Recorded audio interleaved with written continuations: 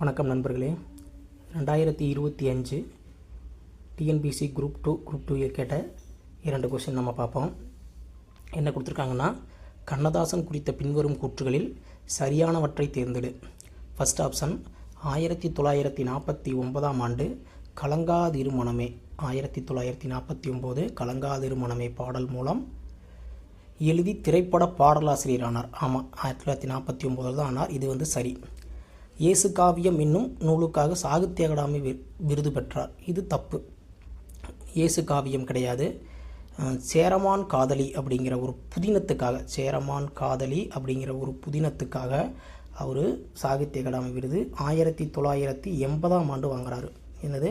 சேரமான் காதலி அப்படிங்கிற புதினத்துக்காக 1980ஆம் ஆண்டு சாகித்ய அகாடமி வாங்குறாரு. இயேசு காவியம் அப்படிங்கிறது என்னென்னா, இது ஒரு கவிதை நூல். இயேசுவின் வாழ்க்கை வரலாற்றை பற்றி கூறக்கூடிய ஒரு காவியம்னா கவிதை நூல். ஓகேங்களா? அப்போ அது தப்பாக இருக்குது.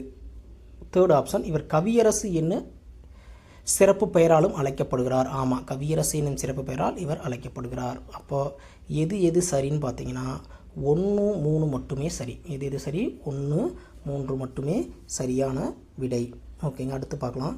வேலுநாச்சியார் கற்றறிந்த மொழிகளை கண்டறிய. இவங்க பார்த்தீங்கன்னா தமிழ், ஆங்கிலம், உருது, ஃப்ரெஞ்சு. அவங்களுக்கு கிரேக்கம் தெரியாது, சீனம் தெரியாது, மலையாளமும் தெரியாது. ஓகேங்களா? அப்போது ஃப்ரெஞ்சு என்னென்னா, இந்த வேலுநாச்சியார் ஃப்ரெஞ்சு படையில் உதவியெல்லாம் கேட்டிருப்பாங்க. ஃப்ரெஞ்சு படையில் உதவியை அவங்க கேட்டிருப்பாங்க. யாருக்கு எதிரான? ஆங்கிலேயருக்கு எதிராக. அதே மாதிரி உருது. இப்போ மைசூர்னோட அரசர் ஹைதர்